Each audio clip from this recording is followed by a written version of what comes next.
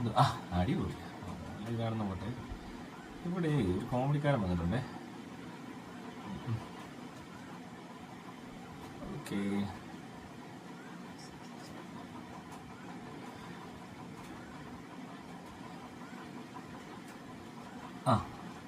അടുത്ത കോമഡി ഇത് കണ്ടോ?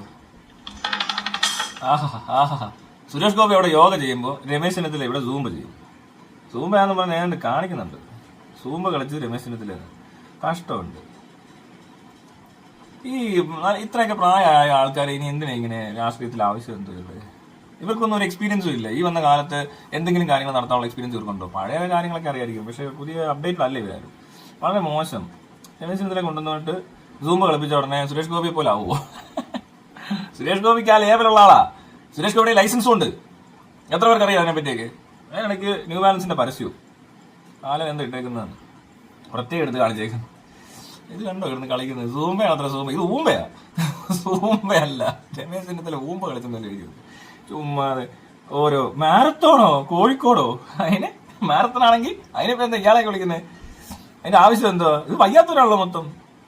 അല്ല, പ്രായം ഉണ്ടെങ്കിലും മാരത്തൺ ഓടുന്ന ആൾക്കാരാണെങ്കിൽ ഓക്കെയാ.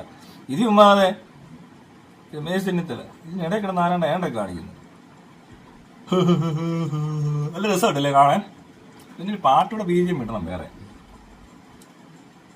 അപ്പോഴേ രസം. ഇതൊക്കെ ഈ ഡബ് ചെയ്യുന്ന പിള്ളേരുണ്ടാവും, അവരെന്തിനും ചെയ്ത് കാണിത്. മനസ്സിലായോ?